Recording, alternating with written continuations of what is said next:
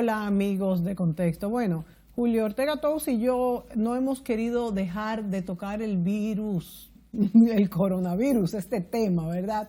Este tema que no es de cerveza, no es de la corona, como hay algunos videitos ahí que lo vinculan. Me estoy bebiendo mi corona y que con limón. Pues no tiene que ver nada de eso, señores. El coronavirus es un virus que es producido por la gripe, pero vamos a entrevistar hoy a un especialista, un médico, que nos diga cuál es la diferencia, por ejemplo, de un virus y una bacteria, cómo se mata una bacteria que es por antibióticos y el virus por un antiviral, pero qué es esto, si este es resistente a los antivirales, cuál es la diferencia entre una bacteria y un virus, porque es interesante saber todo esto, y si este coronavirus tiene posibilidades, bueno, ya salió de las fronteras de China, hemos visto que hay una provincia de China que está totalmente aislada, que hay muchísimos casos allá adentro y que incluso se detectó más de un caso ya en los Estados Unidos. Pero para hablar sobre este tema en Japón, de medicina, en Corea del Sur y en Taiwán. Sí. Tenemos un mapa por ahí que pudieran ponerlo donde están detectados los casos de coronavirus. Vamos a recibir al doctor Rafael Encarnación, pediatra. Es un especialista en todo lo que son enfermedades contagiosas, en vacunación y en tratamientos médicos. El doctor Rafael Encarnación tiene muchos años de experiencia en este sentido, y con él quisiéramos abarcar lo más que podamos, no solamente del coronavirus. Rafael Encarnación, bienvenido. Rafaelito, gracias. No solamente quisiéramos abarcar lo que es el coronavirus, que por supuesto queremos que lo expliques, sino también cuáles son las enfermedades de la influenza, de la gripe y los virus que nos llegan con más frecuencia a la República Dominicana. Pero comencemos con el coronavirus. ¿Qué es el coronavirus? ¿Qué quiere decir que es un virus distinto a una bacteria? ¿Cuáles son pues los tratamientos? ¿Y por qué surge esta propagación tan grande por si en China es un medio específico que tiene, o sea, un ecosistema donde ese virus puede propagarse, y si es una enfermedad de invierno por la temperatura? Explícanos, Rafaelito. Gracias, Mónica, por tu invitación. Siempre bueno estar aquí, estar con ustedes y estar compartiendo una vez más sobre temas médicos. La diferencia entre virus y bacterias nos la trajo el descubrimiento del microscopio. No son visibles a nuestra vista simple, sí. El humano es incapaz de verlo. Sí. Son estructuras muy pequeñas que el microscopio nos ha ayudado a ir diferenciándola en términos de la visualización. En términos de sus componentes, entonces vino posteriormente una nueva diferenciación. Y actualmente definimos bacteria, virus. El virus es excelente. La parte animal, por decirlo así, la parte viva de la humanidad, más pequeña. Es la estructura humana más pequeña, invisible totalmente al ojo humano. Por tanto, las bacterias también son invisibles a los humanos, pero son un poquito más grandes, por tu decirlo. Tienen así. Sus partecitas. Las bacterias tienen sus componentes básicos, su núcleo, tienen su capa protectora, tienen su ADN, tienen su capacidad de diferenciarse. En cambio, el virus no. El virus es un componente mínimo de un genoma que solamente lo podemos detectar en términos de su composición de ARN, que es su genoma, y se diferencia bastante bien en términos reproductivos de la bacteria. ¿Se reproduce más rápido que la bacteria? Depende si consigue las condiciones. En términos de condiciones, todo animal, toda estructura que tiene vida, necesita pues un huésped, en este caso, si es un patógeno, y necesita condiciones para su reproducción. En el caso de que el virus es más pequeño que la bacteria tiene su núcleo, sus partes, vamos a decir, ¿eso lo hace más dañino para la especie humana y para los animales o no? ¿O eso no tiene que ver? Bueno, los virus han convivido siempre. Tú sabes que tenemos una dirección viral donde los virus existen. En la convivencia entre seres vivos tenemos los animales que viven en el aire, los animales que viven en la tierra, los animales que viven en el mar. Todos interaccionan con el ser humano. Los virus viven en ellos, se comparten entre ellos. Tenemos animales que hemos domesticado, tenemos animales que son salvajes.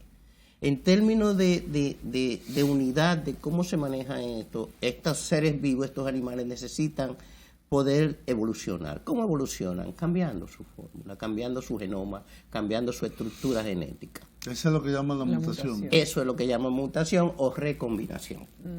Donde el virus se combina con otro virus o se combina con un virus de otro animal que puede o no ser el hombre y produce una generación que tiene un genoma diferente, por tanto es un virus nuevo.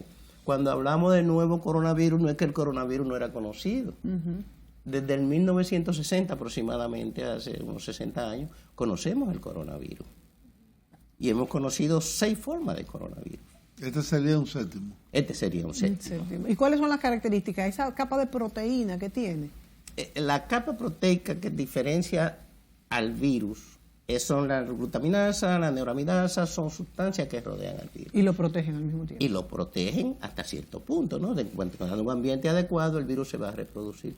Los primeros virus del coronavirus asociados a enfermedad grave, los vimos con el síndrome de enfermedad respiratoria aguda y lo vimos con el síndrome respiratorio del Medio Oriente. Pero sin embargo, las otras fórmulas... Que mataron muchísima gente. Sin embargo, las otras fórmulas del virus producían un resfriado común, producían una forma leve de enfermedad, no importante. Pero cuando hablamos del síndrome severo de dificultad respiratoria, que apareció asociado también al coronavirus, este coronavirus en esos casos podía producir una mortalidad de alrededor de un 10% de los afectados. ¿Y cómo sabemos cuál de los virus es que tiene el afectado? Bueno, es una investigación, de que es la investigación de laboratorio que determina la identificación del virus en base a su capa proteica, en base a su composición genética. Y a los síntomas. Los síntomas son parecidos, ahí es donde está el asunto. Cuando tú tienes una influenza, cuando tú tienes un virus del coronavirus, cuando tú tienes otro virus, son parecidos. Lo que es diferente es la manifestación. Ahí está el asunto de si tú tienes tos, tienes congestión nasal, tienes dolor de garganta, tienes mialgia, tienes fiebre, entonces tú tienes un virus, como decimos, tienes un virus. Sí, tiene un virus. ¿Cuál virus tengo? Sí, eso es lo que digo, ¿cómo se determina? Bueno, cuando tú hablas de coronavirus, entonces tú tienes que hablar de que el coronavirus, si es el coronavirus asociado al síndrome de dificultad respiratoria aguda, entonces ese coronavirus es el que produce un 10% de mortalidad. No lo puedo saber hasta que no tenga la epidemia, pero ya la tuve. Sí. Cuando en el 2009 tuvimos una epidemia, hace poco, de H1N1, Sí. y tuvimos la famosa gripe aviar. Sí. La gripe aviar, por ejemplo, era una mezcla de un virus que entró entre el virus porcino, el virus de la ave y el virus humano, y hizo una recombinación. Wow. Y formó el virus H1N1. ¿Pero hay algún análisis de sangre, de mucosidad o algo para yo saber qué virus tengo?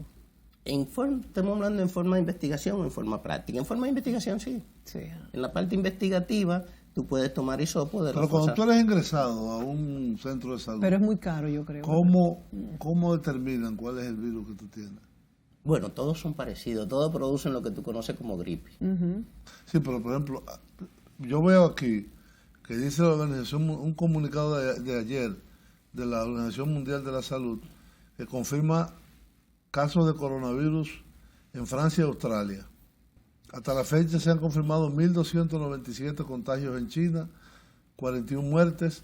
También hay casos en Tailandia, 4, Japón 3, Corea del Sur 2, Estados Unidos 2, Vietnam 2, Singapur 2, Nepal 1, Australia 3 y Francia 3. Y se está investigando en Colombia, en Brasil, en México y en Canadá. Wow. O Es sea decir, que lo tenemos cerquita. El virus lo tenemos en muchos sitios. Wow. El problema de... No, y ellos advierten que por la naturaleza global de los viajes, Sí, la claro. gente vive viajando. Es ya. muy difícil pararlo. Es decir, los controles, aunque haya controles en los aeropuertos de temperatura, de esto, van a ser que se espera que se expanda un poco más, pero que el nivel, según esta información, el nivel de mortalidad que se ha comprobado no llega al 10% del SARS. Bueno, Pero parece es mucho, que el 10%. coronavirus, que en el SARS es un síndrome de agudo respiratorio severo, Sí. es de un 10%, en el MERS, que es el del Medio Oriente, la cepa del Medio Oriente, ese mismo virus produce un 35% de mortalidad. Wow.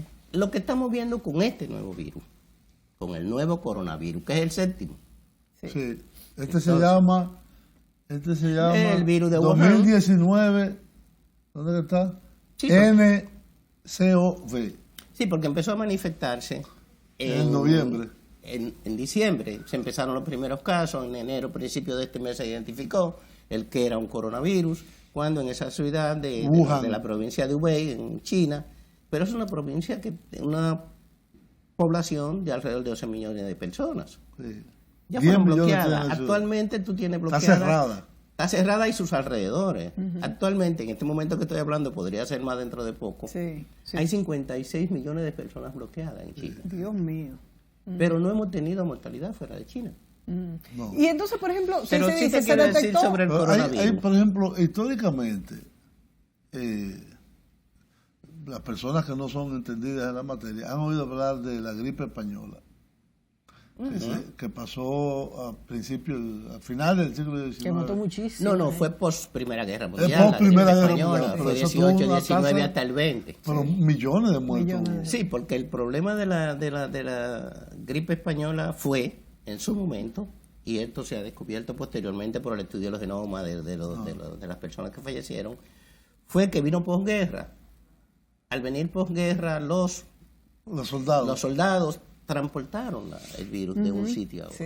Sí. Y ese fue el medio de transportación de ese momento. Pero esa gripe mató más gente que la que ha matado el SIDA en este tiempo y solo en 2 años. Dios mío. Sí, del descubrimiento del SIDA hasta hoy, por ejemplo, que es una gran pandemia mundial. Sí.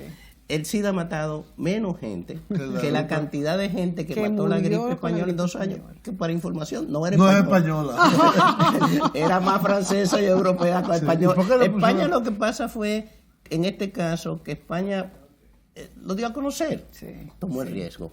Ahora se piensa mucho en ese riesgo. En aquel tiempo parece que los gobiernos también tomaban las previsiones para ese riesgo. De decirle a la población, miren, tenemos un problema.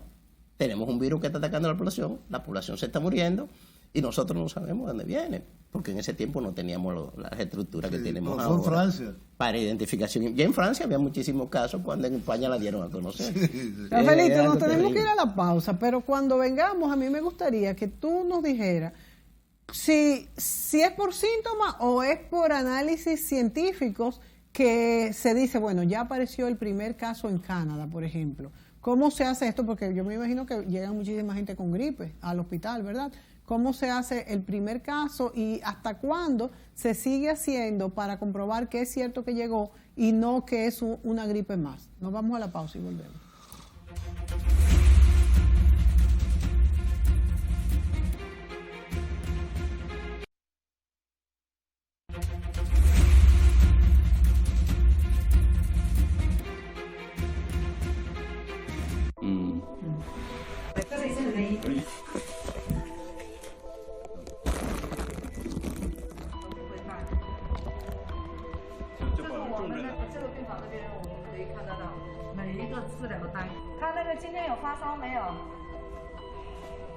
对这个新发的病例啊，认知呢是有一个过程的，所以说这个过程呢需要呢有科学的依据，结合呢这个整个这个疫情啊发展的情况，来呢不断的来进行呢完善和调整啊，各项这个诊断啊、治疗啊、防控的各项方案。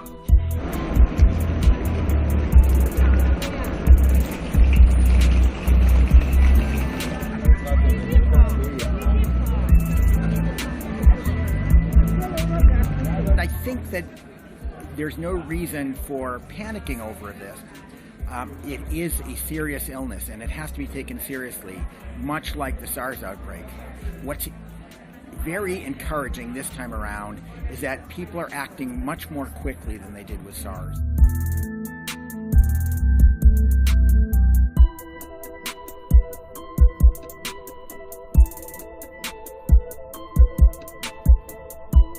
在市场及有关区域进行环境卫生处置，经营各类野生动物，严厉打击非法转运贩卖野生动物等，同时减少大型公众聚集性活动，对集中居住和人群密集单位。" Based on current information, an animal source seems the most likely primary source of this outbreak, with limited human-to-human transmission occurring between close contacts. 更大范围蔓延，华中科技大学附属协和医院将关闭发热门诊，派出专家医护团队进驻定点医院开展诊疗。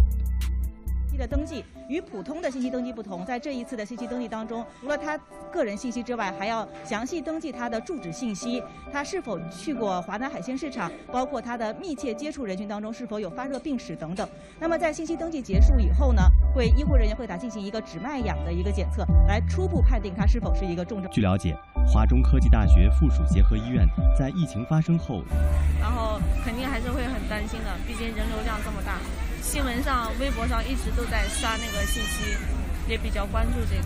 隔离治疗的不明原因肺炎病例进行采样监测，17例为确诊病例。截止到1月17日，已经治愈出院的这个新型冠状病毒的传染力不强。那么同时呢，现在正在爬坡，所以这个跟这个在我们极期的这个 SARS 那个时候呢。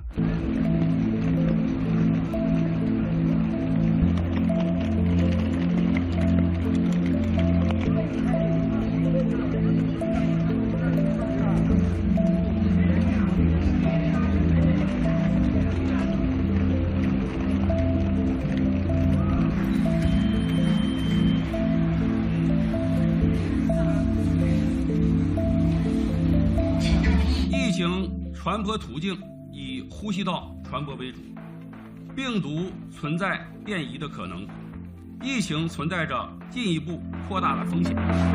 随着我们各项防控措施实施和落实，疫情指导转诊到辖区医疗机构，并进行登记报告。这个是肯定有的，而且那个病毒这几天我看是一种集中爆发的趋势。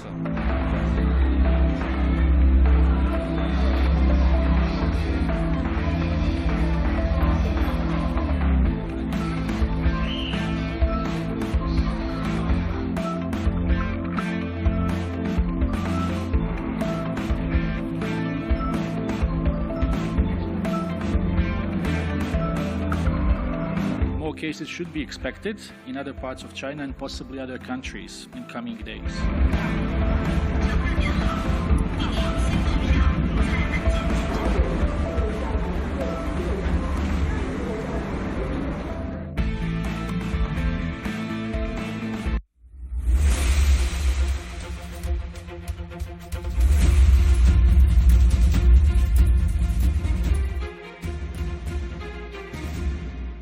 Bien amigos, ahí veíamos este pequeño reportaje del periódico El País de España, donde daba información tanto de las fuentes primarias en China, de la Comisión de Salud, de lo que sería el equivalente al Centro para el Control de Enfermedades en China, donde han tomado toda una serie de medidas. Hay una, por ejemplo, que a mí me dejó estupefacto, ya que están construyendo un centro de 1.000 pacientes en 10 días. Sí.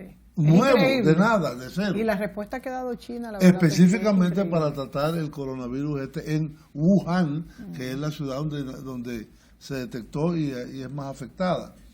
Pero ha habido como una especie de pánico a nivel internacional, las redes, la información que fluye, etcétera.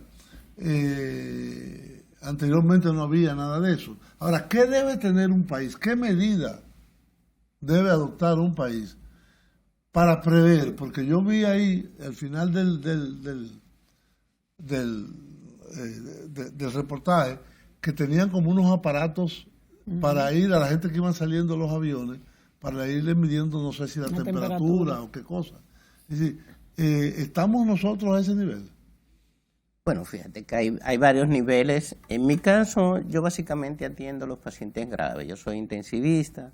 Y los pacientes que llegan a la condición grave de soporte ventilatorio, dosis alta de esteroides, manejo de la inflamación, manejo de edema agudo de pulmón y de las condiciones, es un manejo puramente de lo que está pasando en el momento en términos de conservar la parte respiratoria y de funciones vitales en lo que la enfermedad pasa.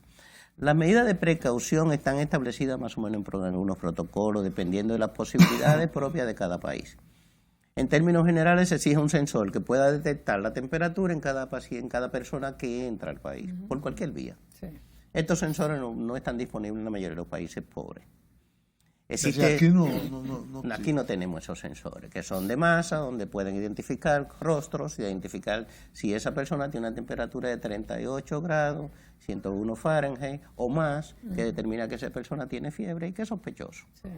La otra forma es detectar sospechoso con un equipo humano, ya viéndolo las personas. ¿Y qué se hace con esa persona? ¿Se devuelve? Si No, tiene, se deja retira, se estudia y se pone en cuarentena hasta Exacto. tanto sea demostrado. Claro. Después hay otro método que es establecer con un termómetro. Hay un grupo de personas ya Hay uno que expertos. te lo ponen en la frente o te lo ponen en Hay muchas formas de medir la temperatura. Sí. Pero imagínate, eso la fuera más muy lento. fiable en términos económicos. No es un termómetro como uno conoce, sino es Sí, te lo ponen ahí ya. Pero ese es el que no hay, Julio. Ese es el que no tenemos. hay aquí. No. Aquí tenemos termómetros para tomar esa temperatura, tanto los termómetros que lo hacen por láser como los termómetros Sí, de pero temperatura disponible a cada uno directa. que llegue por un avión o No, por un porque en barco, ese ya es caso otra cosa. tenemos en la segunda etapa de la detección. La primera es por el gran sensor que tú puedes tener, Eso, que nosotros eso no obviamente tenemos. somos un país pobre y no tenemos. Son Pero muy la caros, segunda, son costosos, manejan poblaciones, no tienes tú que sacar a nadie de la fila, el sensor te lo da. Pero en el caso del termómetro físico, pues tú seleccionas a una persona porque la crees sospechosa porque está tosiendo o por lo que sea, tú tienes ese personal en los sitios de entrada al país y entonces tú le tomas la temperatura con un termómetro digital. Según dicen. Pero hay una tercera forma. Si tú tienes alguien y localiza que viene del país o que viene rodando directo del país donde está el brote, entonces a esa persona ya se llenaron formularios. Y se llena un formulario en el avión donde usted le pregunta si ha tenido fiebre, si ha viajado a un país de esto y esto, para usted detectar a esa persona y particularizar, porque recuerda que haría un taponado en el aeropuerto si a cada persona tú la detienes para tomar la temperatura. No, y por los millones de personas que viajan. Y las personas sí, es prácticamente imposible. Rafaelito, dicen la verdad las personas cuando se les ponen a llenar estos formularios, quizás al creer que no tienen nada, no dicen, bueno, para que no me detengan, no voy a poner esto. Ya pienso que eso es cuestión de responsabilidad personal. Ya eso es cuestión de usted asumir una responsabilidad. Y que usted no frente sabe. a algo. Recuerda que una persona puede contagiar hasta 300 personas, dependiendo de la infectividad que pueda tener el virus en cuestión. Sí. Entonces, en este caso, una sola persona infectada puede infectar alrededor de 300 personas, lo cual tú tienes que, en términos de poco tiempo, vas a tener una gran población. Por aéreo. La mayor transmisión es aérea, por los flutes, la pequeña partícula, al estornudar, al toser. Hay una forma que a mí me llama mucho la atención porque nosotros teníamos un profesor, el profesor Adiel Santos, que nos daba dermatología, y él nunca abría una puerta o con un pañuelo o con su bata. ¿Verdad? Y nosotros nos miramos y decíamos, no es un exceso. Esto es como un exceso. Pero eso era en una época, te estoy hablando del año 78. Sí. Y él siempre lo hacía en forma rutinaria. Nosotros no, decíamos que era un exagerado, que era un excéntrico. Posteriormente aprendemos y uno se pregunta, ¿podría haber habido alguna crisis en ese momento que explicara que él hiciera eso? De todas formas, él siguió haciéndolo en forma rutinaria en las otras generaciones y entendimos que era una forma de protegerse. Los objetos inanimados, llámese los picaportes de las puertas, vasos o cualquier otro lugar, pueden conservar el virus por un tiempo. En este caso todavía no está demostrado cuánto tiempo. Es decir, que tú pasas por una puerta y está afectado y yo vuelvo y toco el picaporte y me llevo la mano a la boca, a la nariz, a los ojos, y ese virus es capaz de pasar. ¿Cuánto tiempo y ya puede me contaminé? mantenerse el virus en un objeto Eso es lo que en inanimado? este virus no se ha establecido. Este virus tiene un 70-80% del virus del SARS. Sí, que se parece mucho. Todavía no está totalmente determinado. No, se parece mucho. 70-80% de su genoma es igual a aquel. Es decir, que tiene, tú dirías, recombinante con relación a aquel, tendría un 20-30%. Es un virus nuevo. En los países asiáticos, ¿no? En China y en Japón y en muchos otros, es muy común ver la gente con las mascarillas. Eso iba yo a decir. Exacto. Pero aún fuera, Pero esa es de este virus. la forma de protección. Normalmente. Pero incluso en los aeropuertos. Hay algo de alarma y algo de pánico, y eso se entiende. Algo de alarma, algo de pánico, y eso se entiende en esos países con relación al coronavirus. No, pero yo he estado, por ejemplo, en Japón y en Hong Kong, y una persona que tiene una gripe normal tiene un tapaboca puesto y anda con él puesto. Y en los aeropuertos. Sí, porque es la forma de prevención. Cuando tú tienes la prevención. Pero que aquí en América no se ve eso. No es común que nosotros con gripe empecemos a hacer el aislamiento, el contacto para con no los demás, para no que sería muy responsable. Porque recuerda que hay dos, tú pones una barrera entre el contaminado, el virus y tú. Primero está en él, luego está en ti, luego está en tu organismo que puede defenderse. Esto siendo virus nuevo, el humano no tiene defensa para ello. Y por eso es que puede llegar a ser mortal. Pero ¿cuál es el tratamiento? Pero no solo el humano sano o enfermo, el humano que tiene debilidad de su inmunidad, de su defensa, y el humano que es normal, ninguno de los dos tienen defensa para este virus, porque este virus no ha estado en contacto con el ser humano. Tenemos que hablar de cuáles son... De ahí su peligro. ¿Cuáles son los tratamientos para eso? Que no lo hemos dicho, pero volvemos con el doctor Rafael lavarte las manos. Encarnación. Recuerda que hablamos de lavarse las manos. Pediatra. O sea que todo el tiempo. De la medida de prevención. Entonces, si nos y vamos lavarte de las aquí, manos por 10 a que... 20 segundos, no es solo lavarte las manos. Y lavárselas bien. Hasta y la mascarilla no es cualquier mascarilla, son mascarillas que tienen la posibilidad de detener el paso del virus. Muy importante esa parte también. Y es también el lavarse las manos por esto mismo que te decía del contacto con objetos, donde el virus puede permanecer un tiempo todavía viable para contagio. Volvemos, amigos.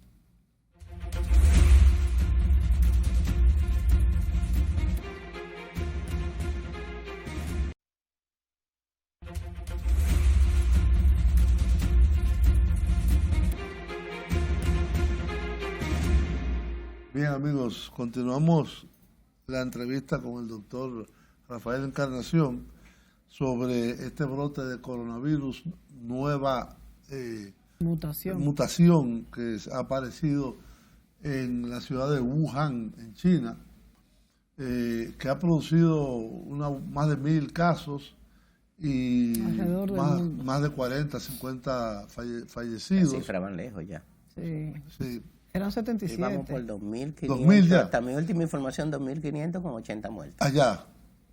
Todos los muertos han ocurrido. En China. En China nada más que ha habido muertos. ¿Por qué han llegado a la muerte? Y no sé si tú tenías una pregunta, Julio. No, lo importante de todo esto es, a mí me parece, yo no tengo elementos como especialista, como médico, que y lo he visto en las declaraciones de la OMS, que la reacción del gobierno chino ha sido muy rápida y muy ejemplar. Aparentemente sí. Cerró una ciudad de 11 millones pero a cal y canto. Y todo alrededor. Y todo alrededor. Se estima que ahora... De hecho, en las calles dicen que salgan lo menos posible.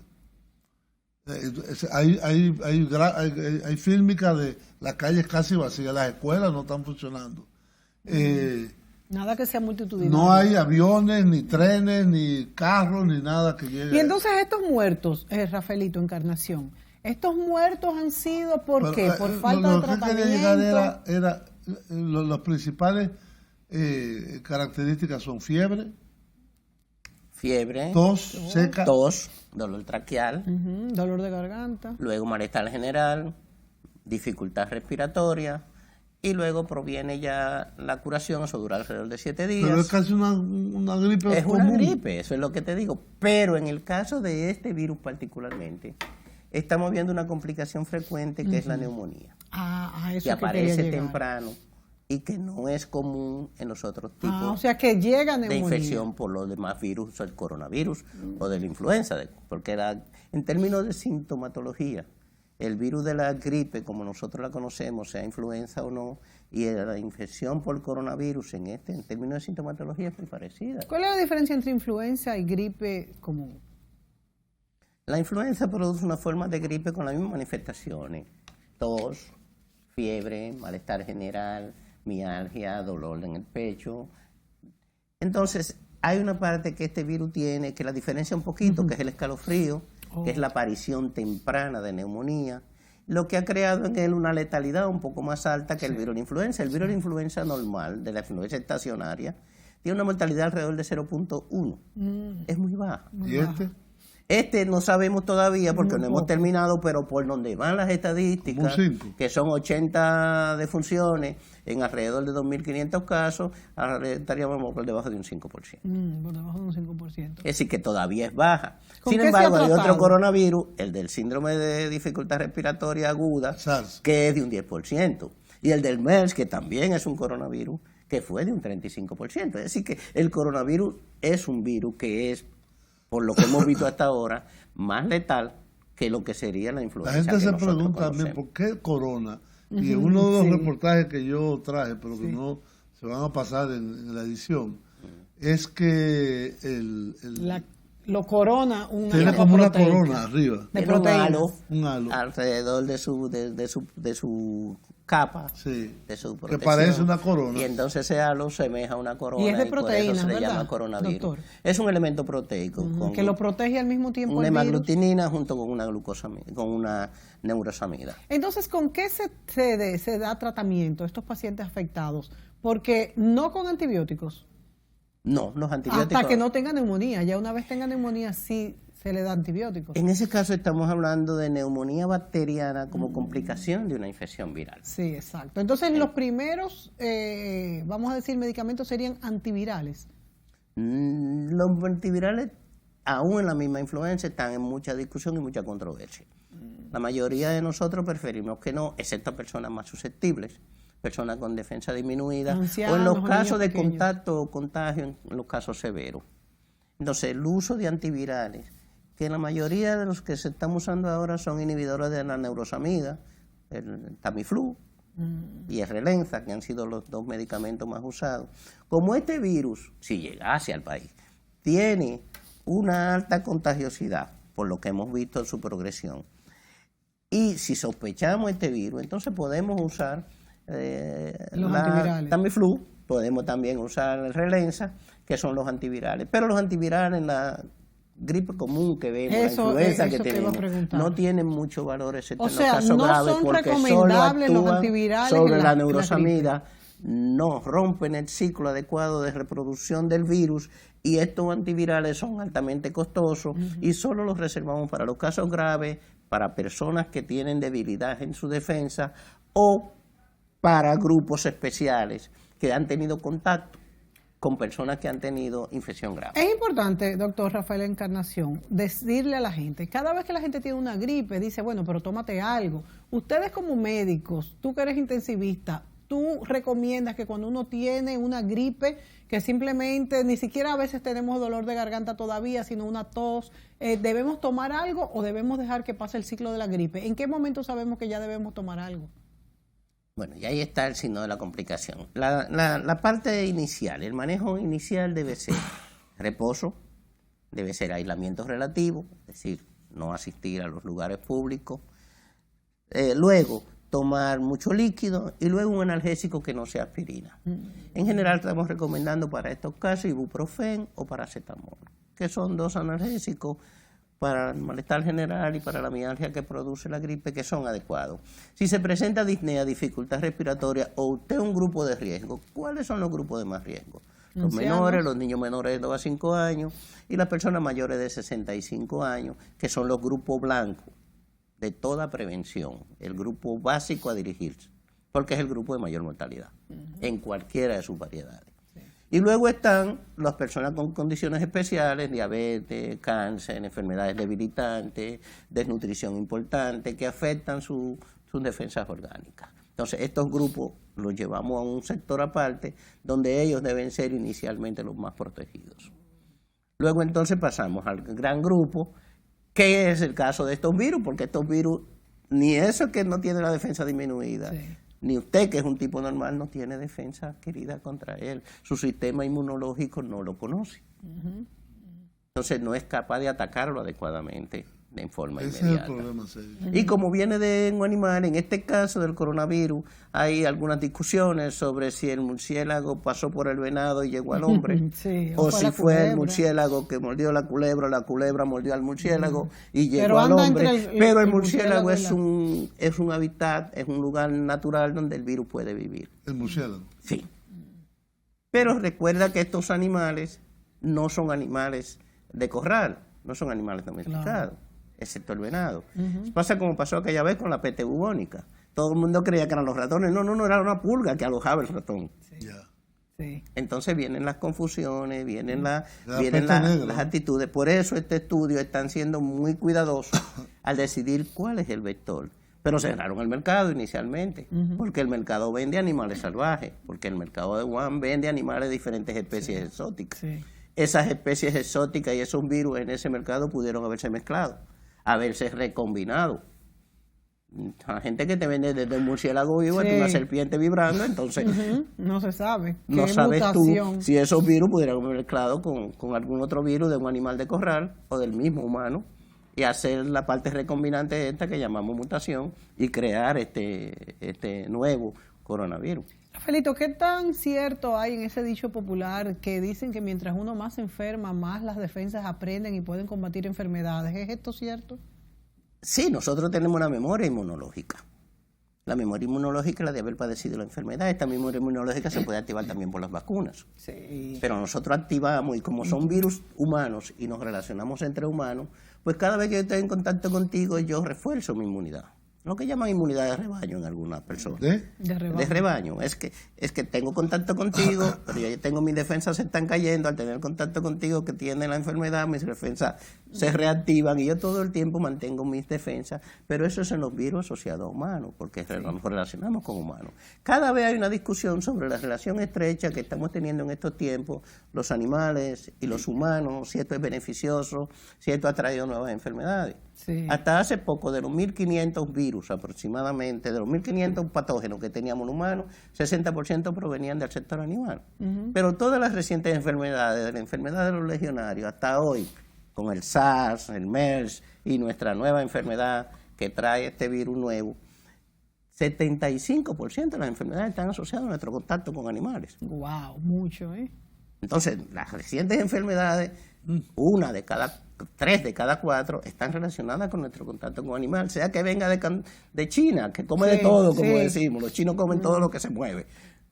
Bueno, pues está bien, pero también hemos tenido situaciones en otros países donde han surgido virus, también probablemente asociados a contacto con Rafaelito, un minuto nos queda. La vacuna para la gripe, como solamente cubre algunos tipos, algunas cepas, ¿realmente vale la pena ponérsela? La vacuna que tenemos ahora de la gripe es una vacuna tetravalente. Cubre contra 2 cepas de influenza A y contra 2 cepas de influenza B. Entonces tenemos la influenza está clasificado A, B y C. La C es muy poco, no lo tenemos mucho en cuenta, pero la A tiene mucha variedad. Las subvariedades vienen con H1, N2, H3, N4 y eso que ustedes ven que depende de la capa que protege al virus y que eso le da el H. El H, que es la segunda parte, y la neurosamina, que es la primera parte. Entonces son las dos. La que viene ahora tiene H1N1, que es la que nos acabó que ya ven en el 2009, y tiene también la protección con la H3N2, que es una gripe que viene del área porcina. Recuerda que los cerdos se parecen mucho a la inmunidad de nosotros. Y tiene 2 cepas de la influenza B que también protege. Es tetravalente, nosotros la recomendamos plenamente.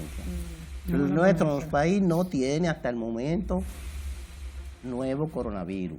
Qué bueno. Tenemos un riesgo que debe ser protegido por el Estado de la entrada en términos de vigilancia de los países que tienen esta enfermedad. Pero la vacuna de la influenza, al proteger contra estas 4, lo que llamamos estacionaria. Esta vacuna se prepara anualmente. Y anualmente se prepara lo que los científicos creen que va a ser el próximo. O sea que cada año es mejor, está más adaptada. No exactamente mejor. Hay un grupo de científicos que dice cuál es la proyección.